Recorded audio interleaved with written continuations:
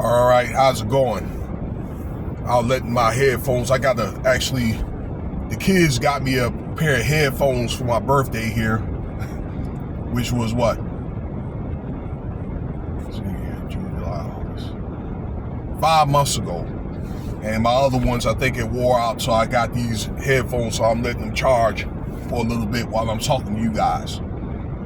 All right, so I want to do a little bit of a video here about Quincy Jones, passed away in 91. Okay, so hey, consider subscribing, leave your comments, let me know what you think about this video, and throw up them likes. Okay, thank you for your time. All right, so look, I want to just bring out truth, but I think that respect is there as well, because we have to respect this man's craft. I do respect his craft, all right? And he has done undeniably a lot for the R&B industry, okay, disco and so forth, okay, about this man, all right? But I do have my mixed feelings. And I think, well, it's really, in the end of the day, he's going to have to stand before judgment, all right? But these guys like him and Clyde Davis, the guy's an OG P. Diddy, you know what I'm saying? So, Quincy Jones, you know, he had to start with Frank Sinatra.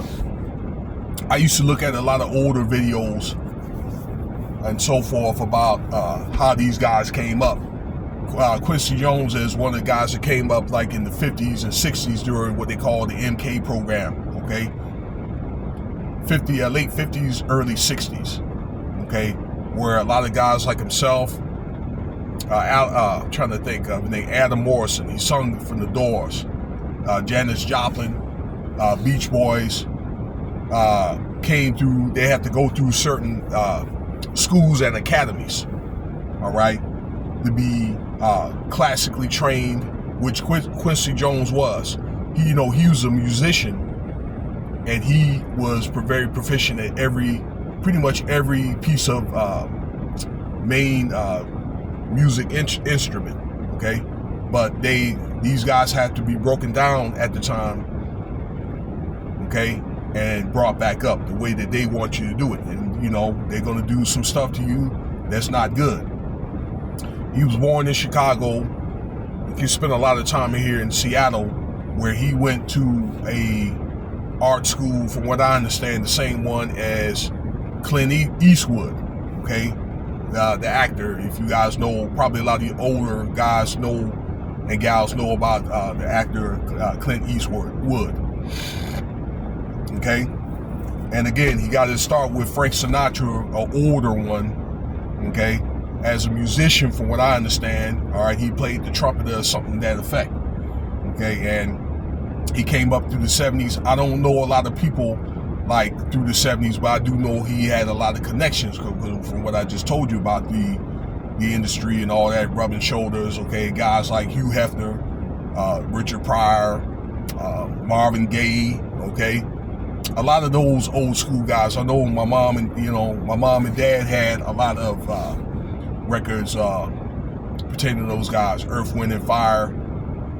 I'm trying to think who else. Temptations, George Benson. Okay, now I'm not saying that necessarily that he was involved in, but I involved with those guys like that. But I'm just saying that Quincy Jones is a very connected man. He's high up there. Okay, he's just one of them guys that really can't be touched. But you know what? He's not ashamed to tell you that he's connected. Okay, and I told you, connected people don't do things that are not really good. They're into those things like pedophilia and homosexuality. But at his age, when he was an older guy, all right, that he wouldn't be afraid to, ashamed to tell you, all right, when he was like in his middle, late 80s. From looking at some podcasts, I remember watching one from Chronicles of Judah. And for some reason, he lost his monetization here a few years ago. That broke it down, okay, about his relationship with Michael Jackson, Will Smith, and some others. I'm trying to think here. Later on, you know, like in the 80s and 90s. Okay. But particularly, but I think that's where Quincy Jones was at the height of his success. Now, back to the 70s, he did produce Donna Summer, okay? You know, probably help transform the, you know, that a lot of the blues, okay, to the rock and roll or like disco and so forth, okay? So he had, I think, a lot to do with, excuse me, you know, with getting a lot of black artists into the mainstream, but, you know, they kind of had to cross over a little bit, okay? Like in the 80s, one thing maybe I wasn't really aware of was he was the producer of The Color Purple, a classic movie, but it had a message to it, okay? To The Color Purple. All right, never knew that. All right, so had connection with Oprah. Oprah said that she has a lot of love and respect for Quincy Jones. You know, he's a hands-off type of dude. Okay, hands off. All right, but during that time that, you know, he did have produced with Michael Jackson, the 3 most prevalent albums of all time. Thriller, which was the #1 seller of all time. Off the Wall, that was a previous one before Thriller. And then after that, after Thriller, The Bad. So it's Off the Wall, I believe it was like 1981, something like that, 82. Thriller, 1984, and around 1988 is Bad, all right? And I remember I had all those. I think when I was 10 or whatever, I begged my mom to get me the Off the Wall one or whatever, okay? But everybody had Thriller, but particularly Bad. I think I was, at that time, I was kind of old enough that I could kind of get my own music, a lot of rap music. My mom didn't really bother me, but during that time, a lot of rap music came out and all that. You know, those days with Curtis Blow, the Fat Boys, and all that. You know, they couldn't stand it. You know, so at that particular time.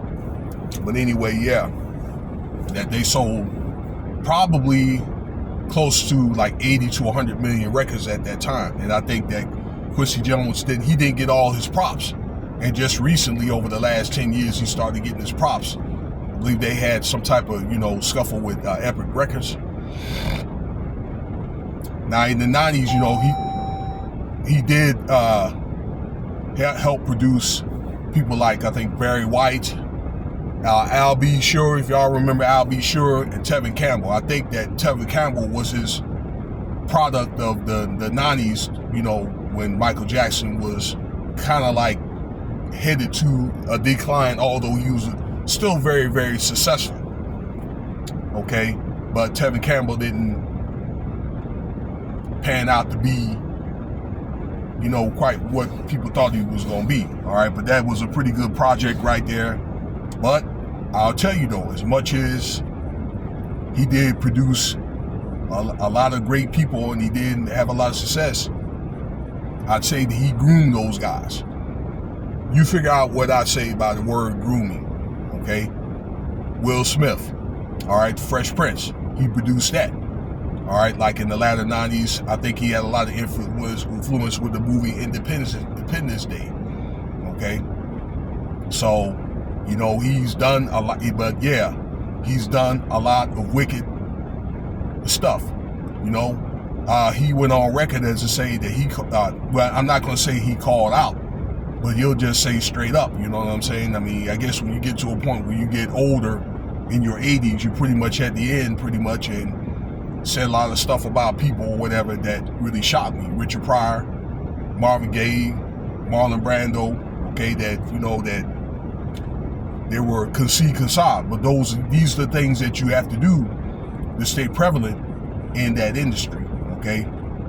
So that's why I would say, you know, when in my earlier days of making videos, trying to be in the entertainment industry, okay, and being a Bible toter don't mix, okay, because they indulge in a lot of androgynous, pansexual things. All right. Yeah, I understand he passed away last night at 91. You see, he had a few marriages. All right. I don't know. I think in the excess of 6 or 7 kids. One of his actors, I think his daughters is an actor. All right.